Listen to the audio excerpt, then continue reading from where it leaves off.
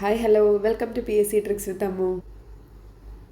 ഇന്ന് A P ഒക്കാർക്ക് വേണ്ടിയിട്ടുള്ളൊരു ക്ലാസ്സാണ് കേട്ടോ ഞാൻ ചെയ്യുന്നത്. അപ്പോൾ എല്ലാ എ പി ഒക്കാരും ഓടി വാ, നമുക്കിന്നൊരു മോക്ക് ടെസ്റ്റ് ചെയ്ത് നോക്കാം. അപ്പം നിങ്ങൾ ഞാൻ ഈ ക്വസ്റ്റ്യൻ വായിക്കുന്നതിനോടൊപ്പം നിങ്ങൾ ചെയ്ത് നോക്കിയിട്ട് നിങ്ങളുടെ ആൻസർ കമൻറ്റ് ചെയ്യാൻ വേണ്ടിയിട്ട് മറക്കരുതേ. അപ്പോൾ നമുക്ക് ക്ലാസ്സിലേക്ക് പോവാം. ഫസ്റ്റ് ക്വസ്റ്റ്യൻ: കേരള ജയിൽ വകുപ്പിനെ സംബന്ധിച്ച താഴെ പറയുന്ന പ്രസ്താവനകളിൽ ശരിയായത് ഏതെല്ലാം? ജയിൽ വകുപ്പിൻ്റെ സംസ്ഥാനതല മേധാവി director general of prisons and correctional services ആണ്. കേരളത്തിലെ ആദ്യത്തെ സെൻട്രൽ ജയിൽ കണ്ണൂരിലാണ് സ്ഥാപിക്കപ്പെട്ടത്. ജയിൽ ഭരണത്തിൻ്റെ അടിസ്ഥാന യൂണിറ്റ് ഒരു സെൻട്രൽ ജയിലാണ്. ഇവിടെ ആൻസറായിട്ട് വരുന്നത് സി ആണ്. 1, 3 എന്നിവ മാത്രം എന്നുള്ളതാണ് കേട്ടോ. 1 ശരിയാണ്, 3 ശരിയാണ്. ജയിൽ വകുപ്പിൻ്റെ സംസ്ഥാനതല മേധാവി ആരാണ്? Director general of prisons and correctional services ആണ്. ജയിൽ ഭരണത്തിൻ്റെ അടിസ്ഥാന യൂണിറ്റ് എന്ന് പറയുന്നത് ഒരു സെൻട്രൽ ജയിലാണ്. മനുഷ്യാവകാശ സംരക്ഷണ നിയമം 1993 സംബന്ധിച്ച ശരിയായ പ്രസ്താവന ഏത്? ദേശീയ മനുഷ്യാവകാശ കമ്മീഷൻ ചെയർമാനെ നിയമിക്കുന്നത് രാഷ്ട്രപതിയാണ്. കമ്മീഷൻ അംഗങ്ങളെ നീക്കം ചെയ്യാൻ സുപ്രീം കോടതിയുടെ ശുപാർശ അത്യാവശ്യമാണ്. 1, 2 ശരിയാണ് എന്നതാണ് നമ്മുടെ ആൻസർ. ശരിയല്ലേ? ദേശീയ മനുഷ്യാവകാശ കമ്മീഷൻ ചെയർമാനെ നിയമിക്കുന്നത് ആരാണ്? രാഷ്ട്രപതിയാണ്. കമ്മീഷൻ അംഗങ്ങളെ നീക്കം ചെയ്യാൻ സുപ്രീം കോടതിയുടെ ശുപാർശ അത്യാവശ്യവുമാണ്. വിവരാവകാശ നിയമപ്രകാരം ഒരു അപേക്ഷ ലഭിച്ചാൽ സാധാരണഗതിയിൽ എത്ര ദിവസത്തിനുള്ളിൽ മറുപടി നൽകണം? 30 ദിവസത്തിനുള്ളിലാണ് നോർമലി ഒരു വിവരാവകാശ നിയമപ്രകാരം അപേക്ഷ ലഭിക്കുകയാണെങ്കിൽ മറുപടി നൽകേണ്ടത്. മനഃശാസ്ത്രത്തിലെ മനോവിശ്ലേഷണ സിദ്ധാന്തം അഥവാ സൈക്കോ അനലിറ്റിക് തിയറി ആവിഷ്കരിച്ചത് ആര്? Sigmund Freud. മനഃശാസ്ത്രത്തിലെ മനോവിശ്ലേഷണ സിദ്ധാന്തം ആരാണ് ആവിഷ്കരിച്ചിരിക്കുന്നത്? സിഗ്മണ്ട് ഫ്രോയിഡ് ആണ്. ബുദ്ധിശക്തിയെക്കുറിച്ച് ബഹുമുഖ ബുദ്ധി സിദ്ധാന്തം മുന്നോട്ട് വെച്ചത് ആര്? Howard Gardner. ബുദ്ധിശക്തിയെക്കുറിച്ച് ബഹുമുഖ ബുദ്ധി സിദ്ധാന്തം മുന്നോട്ട് വെച്ചത് ആരാണ്? ഹൊവാർഡ് ഗാർഡനർ ആണ്. കേരള ജയിൽ വകുപ്പിൻ്റെ ആസ്ഥാനം എവിടെയാണ്? തിരുവനന്തപുരം. കേരള ജയിൽ വകുപ്പിൻ്റെ ആസ്ഥാനം എവിടെയാണ്? തിരുവനന്തപുരം. താഴെ പറയുന്ന പ്രസ്താവനകൾ പരിശോധിക്കുക. ദേശീയ മനുഷ്യാവകാശ കമ്മീഷൻ ചെയർമാൻ വിരമിച്ച സുപ്രീം കോടതി ചീഫ് ജസ്റ്റിസോ അല്ലെങ്കിൽ സുപ്രീം കോടതി ജഡ്ജിയോ ആയിരിക്കണം. സംസ്ഥാന മനുഷ്യാവകാശ കമ്മീഷൻ ചെയർമാനെ നിയമിക്കുന്നത് ഗവർണറാണ്. ശരിയായവ ഏതെല്ലാം? 1, 2 ശരിയാണ് അല്ലേ? ദേശീയ മനുഷ്യാവകാശ കമ്മീഷൻ ചെയർമാൻ ആരായിരിക്കണം? വിരമിച്ച സുപ്രീം കോടതി ചീഫ് ജസ്റ്റിസോ അല്ലെങ്കിൽ സുപ്രീം കോടതി ജഡ്ജിയോ ആയിരിക്കണം.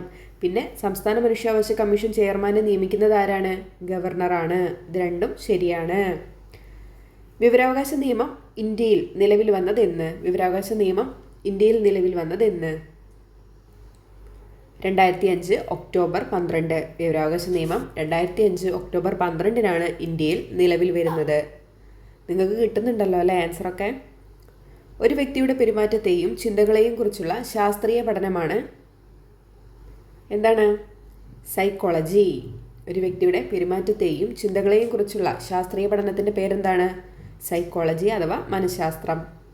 കേരളത്തിലെ ആദ്യത്തെ തുറന്ന ജയിൽ ഏതാണ്? കേരളത്തിലെ ആദ്യത്തെ തുറന്ന ജയിൽ ഏതാണ്? നെട്ടുകാൽ തേരിയാണ് അല്ലേ? കേരളത്തിലെ ആദ്യത്തെ തുറന്ന ജയിൽ ഏതാണ്? നെട്ടുകാൽ തേരി. വിവരാവകാശ പ്രകാരം 3ാം കക്ഷിയെ സംബന്ധിച്ച് വിവരമാണ് ആവശ്യപ്പെടുന്നതെങ്കിൽ മറുപടി നൽകേണ്ട കാലാവധി 3ാം കക്ഷിയെക്കുറിച്ചാണെങ്കിൽ, തേർഡ് പാർട്ടിയെക്കുറിച്ചാണെങ്കിൽ വിവരം നൽകേണ്ട കാലാവധി മറുപടി നൽകേണ്ട കാലാവധി എത്രയാണ്? 40 ദിവസമാണ്. ഓർത്തു വെച്ചേക്കണേ. വിവരാവകാശ നിയമപ്രകാരം 3ാം കക്ഷിയെ സംബന്ധിച്ച വിവരമാണ് ആവശ്യപ്പെടുന്നതെങ്കിൽ മറുപടി നൽകേണ്ടത് 40 ദിവസത്തിനുള്ളിലാണ്. താഴെ പറയുന്നവയിൽ അഭിപ്രേരണയുമായി ബന്ധപ്പെട്ട ശരിയായ പ്രസ്താവന ഏത്? ലക്ഷ്യബോധമുള്ള പെരുമാറ്റത്തെ ഉത്തേജിപ്പിക്കുന്ന പ്രക്രിയയാണിത്. ഇത് ആന്തരികമോ ബാഹ്യമോ ആകാം. 2 ശരിയാണ്. 1, 2 എന്താണ്? ശരിയാണ്. ലക്ഷ്യബോധമുള്ള പെരുമാറ്റത്തെ ഉത്തേജിപ്പിക്കുന്ന ഒരു പ്രക്രിയയാണ് അഭിപ്രേരണ അഥവാ മോട്ടിവേഷൻ എന്ന് പറയുന്നത്. ഇതെങ്ങനെയായിരിക്കും? 2 തരം അഭിപ്രേരണയുണ്ട്. ആന്തരിക അഭിപ്രേരണയാകാം, ബാഹ്യ അഭിപ്രേരണയും ആകാം.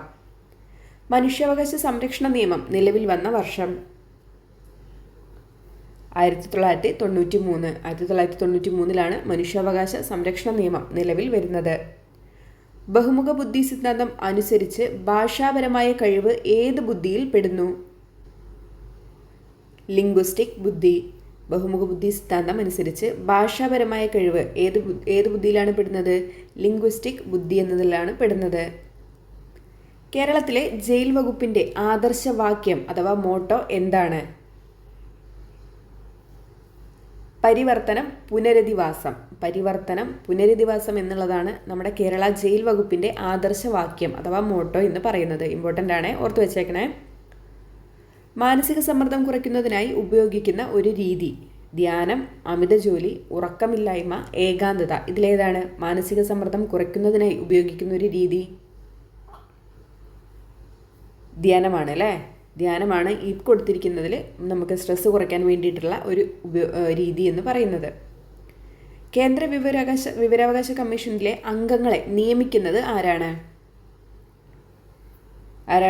രാഷ്ട്രപതിയാണ് അല്ലേ? കേന്ദ്ര വിവരാവകാശ കമ്മീഷനിലെ അംഗങ്ങളെ നിയമിക്കുന്നത് ആരാണ്? രാഷ്ട്രപതി.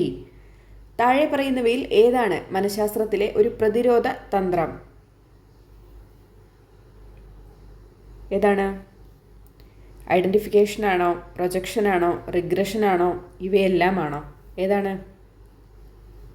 ഇവയെല്ലാം ആണ് അല്ലേ? ഐഡൻറ്റിഫിക്കേഷൻ, പ്രൊജക്ഷൻ, റിഗ്രഷൻ എന്നിവയെല്ലാം എന്ത് തന്നെയാണ്?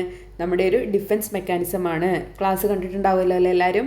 അതിൻ്റെ ഇംഗ്ലീഷ് വേർഡും കൂടെ പഠിച്ചു വച്ചേക്കണേ. മനുഷ്യാവകാശ കമ്മീഷൻ ചെയർമാൻ്റെയും അംഗങ്ങളുടെയും കാലാവധി എത്രയാണ്?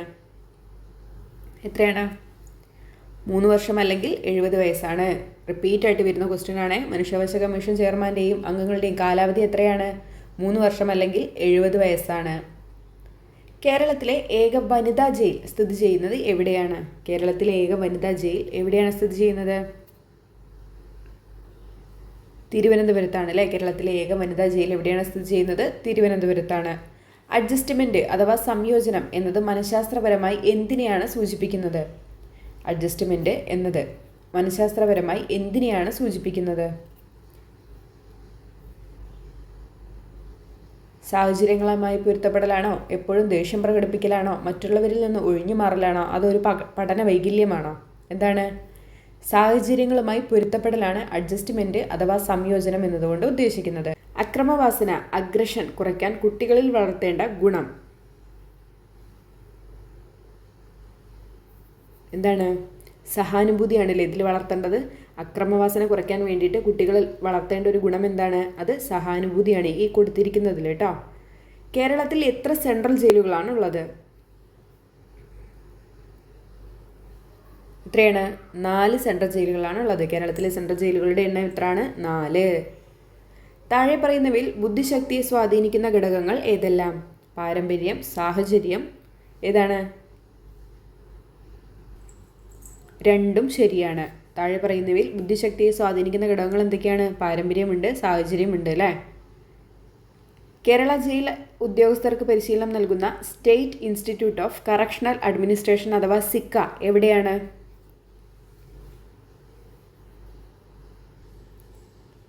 സിക്ക ഉള്ളത്? തൃശ്ശൂരാണ് അല്ലേ? വിയ്യൂർ, തൃശ്ശൂരാണ് state institute of correctional administration SICA സ്ഥിതി ചെയ്യുന്നത്. സിക്ക മാത്രമൊന്നുമല്ല കേട്ടോ, റിക്ക എന്ന് പറയുന്നതും ഉണ്ട്. ജസ്റ്റ് ഒന്ന് അറിഞ്ഞു വെച്ചാൽ മതി കേട്ടോ. Regional institute of correctional administration എന്നാണ് പറയുന്നത് കേട്ടോ. റിക്ക എന്ന് പറയുന്നത് അത് നമ്മുടെ കേരളം, തമിഴ്നാട്, പിന്നെ കൂടാതെ കർണാടക, ആന്ധ്രാപ്രദേശ് എന്നീ 4 സംസ്ഥാനങ്ങൾക്ക് വേണ്ടിയിട്ടുള്ള സംയുക്തമായിട്ട് ഇവർക്ക് 4 സംസ്ഥാനങ്ങൾക്കും കൂടി വേണ്ടിയിട്ടുള്ളതാണ് കേട്ടോ റിക്ക എന്ന് പറയുന്നത്. അതിൻ്റെ ആസ്ഥാനം വരുന്നത് നമ്മുടെ തമിഴ്നാട് വെല്ലൂരാണ് കേട്ടോ. തമിഴ്നാട് വെല്ലൂരിലാണ് റിക്ക ഉള്ളതെന്ന് ഓർത്തിരിക്കുക കേട്ടോ. റിക്കായും ഉണ്ട്, സിക്കായും ഉണ്ട്.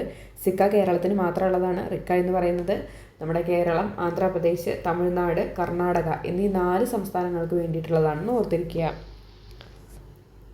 താഴെ പറയുന്ന പ്രസ്താവനകളിൽ മനുഷ്യാവകാശ സംരക്ഷണ നിയമത്തെ സംബന്ധിച്ച് ശരിയായതേത്? ദേശീയ മനുഷ്യാവകാശ കമ്മീഷന്റെ ആസ്ഥാനം ഡൽഹിയിലെ മാനവാധികാർ ഭവനാണ്. കമ്മീഷന് ഒരു സിവിൽ കോടതിയുടെ അധികാരങ്ങൾ ഉണ്ടായിരിക്കും. 1ഉം 2ഉം ശരിയാണ് അല്ലേ? മനുഷ്യാവകാശ കമ്മീഷന്റെ ആസ്ഥാനം എവിടെയാണ്? ഡൽഹിയാണ്, മാനവാധികാർ ഭവനാണ്. നമ്മുടെ കമ്മീഷൻ എന്താണ്? ഒരു സിവിൽ കോടതിയുടെ അധികാരങ്ങൾ ഉണ്ടായിരിക്കുന്നതാണ്. വിവരാവകാശ നിയമപ്രകാരം ജീവനും വ്യക്തി സ്വാതന്ത്ര്യവുമായി ബന്ധപ്പെട്ട വിവരമാണെങ്കിൽ എത്ര സമയത്തിനുള്ളിലാണ് മറുപടി ലഭിക്കേണ്ടത്? 48 മണിക്കൂറിനുള്ളിലാണ് ജീവനും വ്യക്തി സ്വാതന്ത്ര്യവുമായി ബന്ധപ്പെട്ട വിവരമാണെങ്കിൽ മറുപടി നൽകേണ്ടത്. മനഃശാസ്ത്രത്തിൽ ഇത് എന്നത് എന്തിനെ അടിസ്ഥാനമാക്കിയിട്ടാണ് പ്രവർത്തിക്കുന്നത്? സുഖതത്വത്തെ അല്ലെങ്കിൽ പ്ലഷർ പ്രിൻസിപ്പിളിനെ അടിസ്ഥാനമാക്കിയിട്ട് പ്രവർത്തിക്കുന്നത് ഏതാണ്? ഇതാണ് കേട്ടോ. ഇത് സുഖതത്വം ഇമ്പോർട്ടൻ്റ് ആണ്. കേരളത്തിലെ ആദ്യത്തെ ജയിൽ DGP ആരായിരുന്നു? അനന്തശങ്കര അയ്യറായിരുന്നു കേരളത്തിലെ ആദ്യത്തെ ജയിൽ DGP. ജയിൽ DGP ആരായിരുന്നു? അനന്തശങ്കര അയ്യർ. ദേശീയ മനുഷ്യാവകാശ കമ്മീഷൻ അംഗങ്ങളെ നിയമിക്കുന്ന സമിതിയുടെ അധ്യക്ഷൻ ആരാണ്? പ്രധാനമന്ത്രി. ദേശീയ മനുഷ്യാവകാശ കമ്മീഷൻ അംഗങ്ങളെ നിയമിക്കുന്ന സമിതിയുടെ അധ്യക്ഷൻ ആരാണ്? പ്രധാനമന്ത്രിയാണ്. വിവരാവകാശ നിയമപ്രകാരം വിവരങ്ങൾ നൽകുന്നതിൽ നിന്നുള്ള ഇളവുകളെക്കുറിച്ച് പ്രതിപാദിക്കുന്ന വകുപ്പ് ഏതാണ്? സെക്ഷൻ 8 വിവരാവകാശ നിയമപ്രകാരം വിവരങ്ങൾ നൽകുന്നതിൽ നിന്നുള്ള ഇളവുകളെക്കുറിച്ച് പ്രതിപാദിക്കുന്ന വകുപ്പ് ഏതാണ്? സെക്ഷൻ 8 കേട്ടോ. സെക്ഷൻ 8 ഇളവുകളെക്കുറിച്ചാണ് പ്രതിപാദിക്കുന്നത്. അതായത് വിവരാവകാശ പ്രകാരം വിവരങ്ങൾ നൽകുന്നതിൽ നിന്നുള്ള ഇളവുകളെക്കുറിച്ച് പ്രതിപാദിക്കുന്നു. സെക്ഷൻ 8 മറക്കരുതേ. ആരെങ്കിലും ലൈക്ക് ചെയ്യാണ്ടേ കമൻറ്റ് ചെയ്യാണ്ടേ കാണുന്നവരുണ്ടെങ്കിൽ ഒന്ന് ലൈക്ക് ചെയ്യാനും, നിങ്ങൾക്ക് ഇഷ്ടമാവുകയാണെങ്കിൽ, തുടക്കത്തിൽ ഇഷ്ടമാവുകയാണെങ്കിൽ അല്ലെങ്കിൽ അവസാനം കമൻറ്റ് ചെയ്താലും മതി കേട്ടോ. ഒന്ന് കമൻറ്റ് ചെയ്യാനും കൂടെ മറക്കരുതേ. ലൈക്ക് ചെയ്യാം കേട്ടോ. അപ്പം തന്നെ അംഗീകരിക്കപ്പെടാത്ത വികാരങ്ങളെ ക്രിയാത്മകമായ രീതിയിലേക്ക് മാറ്റുന്ന പ്രതിരോധ തന്ത്രം ഏതാണ്? അംഗീകരിക്കപ്പെടാത്ത വികാരങ്ങളെ ക്രിയാത്മകമായ രീതിയിലേക്ക് മാറ്റുന്ന പ്രതിരോധ തന്ത്രം ഏതാണ്? സബ്ലിമേഷൻ ആണ് അല്ലേ? സബ്ലിമേഷൻ. അംഗീകരിക്കപ്പെടാത്ത വികാരങ്ങളെ ക്രിയാത്മകമായ രീതിയിലേക്ക് മാറ്റുന്ന പ്രതിരോധ തന്ത്രം ഏതാണ്? സബ്ലിമേഷൻ ആണ്. കേരള ജയിൽ വകുപ്പിലെ ഏറ്റവും താഴ്ന്ന യൂണിഫോം തസ്തിക ഏതാണ്? കേരള ജയിൽ വകുപ്പിലെ ഏറ്റവും താഴ്ന്ന യൂണിഫോം തസ്തിക ഏതാണ്? അസിസ്റ്റന്റ് പ്രിസൺ ഓഫീസറാണ്. കേരള ജയിൽ വകുപ്പിലെ ഏറ്റവും താഴ്ന്ന യൂണിഫോം തസ്തിക ഏതാണ്? Assistant prisoner officer. സ്വന്തം വികാരങ്ങളെയും ലക്ഷ്യങ്ങളെയും തിരിച്ചറിയാനുള്ള കഴിവ് ഏത് ബുദ്ധിയിലാണ് പെടുന്നത്? നമ്മുടെ സ്വന്തം വികാരങ്ങളെയും ലക്ഷ്യങ്ങളെയും തിരിച്ചറിയാനുള്ള കഴിവ് ഏത് ബുദ്ധിയിലാണ് പെടുന്നത്? ഇൻ്റർപേഴ്സണലാണോ, ഇൻട്രാപേഴ്സണലാണോ, ലോജിക്കലാണോ, സ്പെഷ്യലാണോ, ഏതിലാണ്?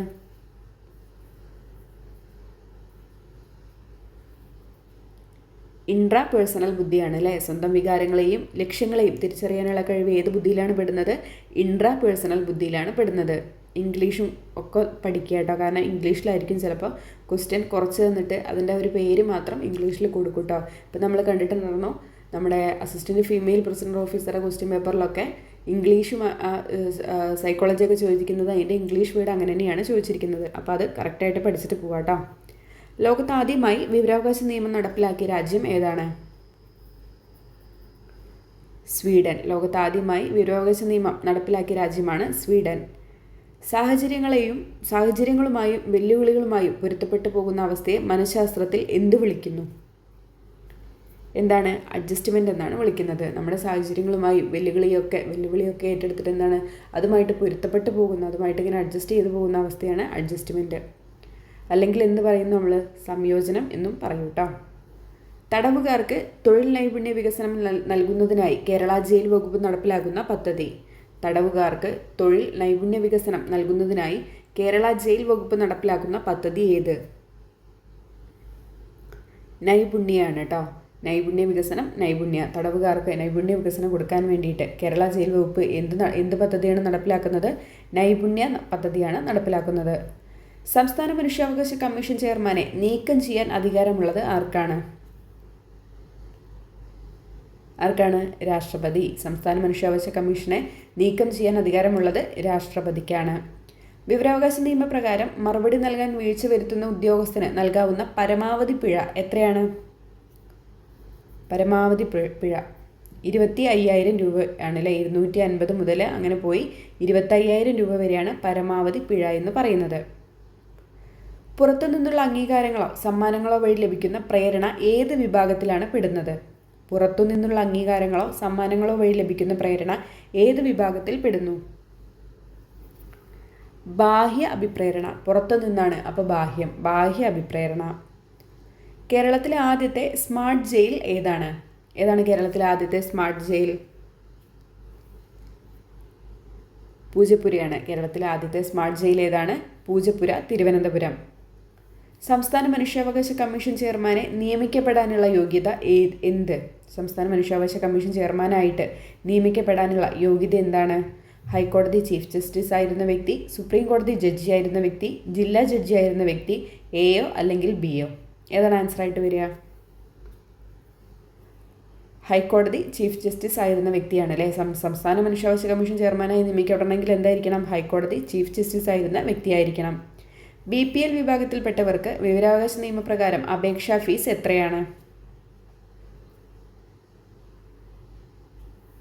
ഫീസ് ഇല്ല, അറിയാലോ. BPL വിഭാഗത്തിൽപ്പെട്ട ആളുകളാണെങ്കിൽ അവർക്ക് വിവരാവകാശ നിയമപ്രകാരം അപേക്ഷാ ഫീസ് ഇല്ല എന്നുള്ളത് ഓർത്തിരിക്കുക കേട്ടോ. മാനസിക സമ്മർദ്ദം എന്ന പദം ആദ്യമായിട്ട് ഉപയോഗിച്ച മനഃശാസ്ത്രജ്ഞൻ ആരാണ്? ഹാൻസ് സെലിയാണ് കേട്ടോ. മാനസിക സമ്മർദ്ദം എന്ന പദം ആദ്യമായിട്ട് ഉപയോഗിച്ച മനഃശാസ്ത്രജ്ഞൻ ആരാണ്? ഹാൻസ് സെലിയാണ്. കേരളത്തിലെ ആദ്യത്തെ സെൻട്രൽ ജയിൽ സ്ഥാപിതമായ വർഷം. കേരളത്തിലെ ആദ്യത്തെ സെൻട്രൽ ജയിൽ അഥവാ തിരുവനന്തപുരം സെൻട്രൽ ജയിൽ സ്ഥാപിതമായ വർഷം ഏതാണ്? 1886 ആണ്. 1886 കേരളത്തിലെ ആദ്യത്തെ സെൻട്രൽ ജയിൽ സ്ഥാപിതമാകുന്നത്. മനുഷ്യാവകാശ സംരക്ഷണ നിയമപ്രകാരം കമ്മീഷൻ നടത്തുന്ന അന്വേഷണങ്ങൾക്ക് ഏത് കോടതിയുടെ അധികാരമാണുള്ളത്? മനുഷ്യാവകാശ സംരക്ഷണ നിയമപ്രകാരം കമ്മീഷൻ നടത്തുന്ന അന്വേഷണങ്ങൾക്ക് കമ്മീഷൻ ഏത് കോടതിയുടെ അധികാരമാണുള്ളത്? സിവിൽ കോടതിയുടെ അധികാരങ്ങളാണ് അവർക്ക് ഉള്ളത്. മനുഷ്യാവകാശ കമ്മീഷൻ നടത്തുന്ന അന്വേഷണങ്ങൾക്ക് സിവിൽ കോടതിയുടെ അധികാരങ്ങളായിരിക്കും ഉണ്ടായിരിക്കുക. വിവരാവകാശ നിയമത്തിലെ സെക്ഷൻ 24 പ്രകാരം ഏത് വിഭാഗത്തിനാണ് വിവരങ്ങൾ നൽകുന്നതിൽ നിന്ന് ഭാഗികമായി ഇളവ് നൽകിയിട്ടുള്ളത്? തദ്ദേശ സ്വയംഭരണ സ്ഥാപനങ്ങൾ, ഇൻ്റലിജൻസ് സെക്യൂരിറ്റി ഏജൻസികൾ, സർക്കാർ വിദ്യാലയങ്ങൾ, പൊതുമേഖലാ ബാങ്കുകൾ. ഇതാണ് ഇൻ്റലിജൻസ് സെക്യൂരിറ്റി ഏജൻസികൾ. വിവരാവകാശ നിയമത്തിലെ സെക്ഷൻ 24 പ്രകാരം ഏത് വിഭാഗത്തിനാണ് വിവരങ്ങൾ നൽകുന്നതിൽ നിന്ന് ഭാഗികമായി ഇളവ് നൽകിയിട്ടുള്ളത്? ഈ കൊടുത്തിരിക്കുന്നതിലാണ് കേട്ടോ. ഏതിലാണ്? ഇൻ്റലിജൻസ് സെക്യൂരിറ്റി ഏജൻസികളിലാണ്. ഒരു വ്യക്തിയുടെ ബുദ്ധിശക്തി അളക്കാൻ മെൻ്റൽ ഏജ് എന്ന ആശയം ആദ്യമായി അവതരിപ്പിച്ചത് ആരാണ്? ഒരു വ്യക്തിയുടെ ബുദ്ധിശക്തി അളക്കാൻ മെൻ്റൽ ഏജ് എന്ന ആശയം ആദ്യമായിട്ട് അവതരിപ്പിച്ചത് ആരാണ്? William Stern, Alfred Binet, Sigmund Freud, Edward Thorndike. ആരാണ്? വില്യം സ്റ്റേൺ ആണ്. മെൻ്റൽ ഏജ് എന്ന് പറഞ്ഞ ആശയം ആദ്യമായിട്ട് അവതരിപ്പിച്ചത് ആരാണ്? വില്യം സ്റ്റേൺ ആണ്. മാനസിക സമ്മർദ്ദം നേരിടുമ്പോൾ ശരീരം കാണിക്കുന്ന അലാറം റിയാക്ഷൻ ഘട്ടത്തിൽ താഴെ പറയുന്നവയിൽ എന്താണ് സംഭവിക്കുന്നത്? നമുക്കൊരു മാനസിക സമ്മർദ്ദം ഉണ്ടാവുകയാണെങ്കിൽ നമ്മുടെ ശരീരം അലാറം റിയാക്ഷൻ കാണിക്കും. അപ്പോൾ ആ ഒരു ഘട്ടത്തിൽ ഈ താഴെ പറയുന്നവയിൽ 4 ഓപ്ഷനിൽ എന്താണ് എന്നാണ് ചോദിക്കുന്നത്. എന്തൊക്കെയാണ്? ശരീരം വിശ്രമാവസ്ഥയിലേക്ക് മാറുന്നു, ഹൃദയമിടിപ്പ് വർദ്ധിക്കുകയും ശരീരം പ്രതികരിക്കാൻ സജ്ജമാവുകയും ചെയ്യുന്നു, ദഹന പ്രക്രിയ വേഗത്തിലാകുന്നു, ഉറക്കം വർദ്ധിക്കുന്നു. അലാറം റിയാക്ഷനിലാണ് കേട്ടോ ചോദിക്കുന്നത്. എന്താണ്? ഓപ്ഷൻ ബി ആണ് ആൻസർ. ഹൃദയമിടിപ്പ് വർദ്ധിക്കുകയും ശരീരം പ്രതികരിക്കാൻ സജ്ജമാവുകയാണ് ചെയ്യുന്നത്. അലാറമാണ്. അലാറം നമുക്കൊരു അലാറം എന്ന് പറഞ്ഞാൽ എന്താ ഞാൻ പറയുക, പെട്ടെന്ന് നമുക്ക് നമ്മളൊരു റിയാക്ഷൻ നമുക്ക് പെട്ടെന്നൊരു വാർണിംഗ് സിഗ്നൽ തരികയാണ്. നമുക്കൊരു സിഗ്നൽ തരികയാണ് പെട്ടെന്ന് അലാറം റിയാക്ഷനിലൂടെ. അപ്പോൾ എന്താണ് ഉണ്ടാവുക? ഹൃദയമിടിപ്പ് വർദ്ധിക്കും, ശരീരം എന്ത് ചെയ്യും? നമ്മുടെ റിയാക്ഷന് വേണ്ടിയിട്ട് റെഡിയാവുകയും ചെയ്യും. അപ്പോൾ അതാണ് അലാറം റിയാക്ഷൻ ഘട്ടത്തിൽ നമുക്ക് ഒരു മാനസിക സമ്മർദ്ദം ഉണ്ടാകുമ്പോൾ ശരീരം കാണിക്കുന്നത്. ഇതൊക്കെ ഇമ്പോർട്ടൻ്റ് പോയിൻ്റാണ് കേട്ടോ. ഇങ്ങനെയൊക്കെ ചോദിക്കുമ്പോൾ ചിലപ്പോൾ എല്ലാവരും ഒന്ന് കൺഫ്യൂഷൻ ആവും. ഇങ്ങനത്തെയൊക്കെ ഓപ്ഷൻസ് തന്നിട്ടുണ്ടെങ്കിൽ എല്ലാവരും ഒന്ന് കൺഫ്യൂഷൻ ആവാനുള്ള ചാൻസ് ഉണ്ട്. അപ്പോൾ ഇന്നത്തെ 50 ക്വസ്റ്റ്യൻസ് നല്ല അടിപൊളിയായിട്ടുള്ള ക്വസ്റ്റ്യൻസ് ആണ്, വരാൻ ചാൻസ് ഉള്ള ക്വസ്റ്റ്യൻസ് ആണ്. അപ്പോൾ നിങ്ങൾക്ക് എത്ര മാർക്ക് കിട്ടി എന്നുള്ളത് ആദ്യം കമൻറ്റ് ചെയ്യണം കേട്ടോ. കാരണം നിങ്ങൾ ഒരുപാട് സൈക്കോളജി ക്ലാസ് ഇപ്പോൾ FAPൻ്റെ ക്ലാസ് തന്നെ കണ്ടാൽ മതി കേട്ടോ. ഞാൻ പ്ലേലിസ്റ്റിൽ ഇട്ടിട്ടുണ്ട്. സൈക്കോളജി അത്രയും തന്നെ പഠിച്ചാൽ മതി. പിന്നെ ഞാൻ സെപ്പറേറ്റ് ആയിട്ട് സൈക്കോളജി നമ്മുടെ FAPൻ്റെ തന്നെ സൈക്കോളജി ക്ലാസ്സസ് വെച്ചിട്ട് ഞാൻ കുറച്ചും കൂടെ ഡീപ്പായിട്ട് ഇത്തിരി എടുത്തിട്ടുണ്ടായിരുന്നു. അത്രയും മതി കേട്ടോ. പിന്നെ നമ്മുടെ മനുഷ്യാവകാശം ക്ലാസ് ഇട്ടിട്ടുണ്ട്. അപ്പോൾ അത് നന്നായിട്ട് പഠിക്കുക. ഇത്രയൊക്കെ തന്നെ നിങ്ങൾക്ക് ആവശ്യമുള്ളൂ കേട്ടോ. വീണ്ടും റിപ്പീറ്റ് ആയിട്ട് നന്നായിട്ട് പഠിക്കുക കേട്ടോ. പിന്നെ ബാക്കി ഭാഗങ്ങളും ഉണ്ട് കവർ ചെയ്യാൻ വേണ്ടിയിട്ട്. അത് ഞാൻ ടോപ്പിക്ക് തരാം. എനിക്ക് എടുക്കാൻ കഴിയും തോന്നുന്നില്ല. പറ്റുകയാണെങ്കിൽ ഞാൻ എടുത്തു തരാം. ഇനി സമയമുണ്ടല്ലോ. അപ്പോൾ ഇന്നത്തെ ക്ലാസ് എല്ലാവർക്കും ഇഷ്ടമാണെങ്കിൽ നിങ്ങൾ നേരത്തെ ലൈക്ക് ചെയ്തിട്ടുണ്ടാവും എന്ന് എനിക്കറിയാം. അപ്പോൾ നിങ്ങളിപ്പോൾ കമൻറ്റ് ചെയ്തോളൂ കേട്ടോ. ക്ലാസ് ഇഷ്ടമാണെങ്കിൽ കമൻറ്റ് ചെയ്യുക. കൂട്ടത്തിൽ എത്ര മാർക്ക് കിട്ടിയെന്നും കൂടെ കമൻറ്റ് ചെയ്യുക കേട്ടോ. അപ്പോൾ ഇത് പാർട്ട് 1 ആണ് കേട്ടോ, മോക്ക് ടെസ്റ്റ്. ഇനി നിങ്ങൾക്ക് എക്സാം വരേക്കും ഞാനിങ്ങനെ റിപ്പീറ്റായിട്ട് മോക്ക് ടെസ്റ്റ് 2 ദിവസം 3 ദിവസം കൂടുമ്പോൾ മോക്ക് ടെസ്റ്റ് ഞാൻ നിങ്ങൾക്ക് തരാൻ വേണ്ടിയിട്ട് ട്രൈ ചെയ്യാം കേട്ടോ. അപ്പോൾ ഇനി അടുത്ത വീഡിയോയിൽ കാണാം. അതുവരേക്കും താങ്ക് യു.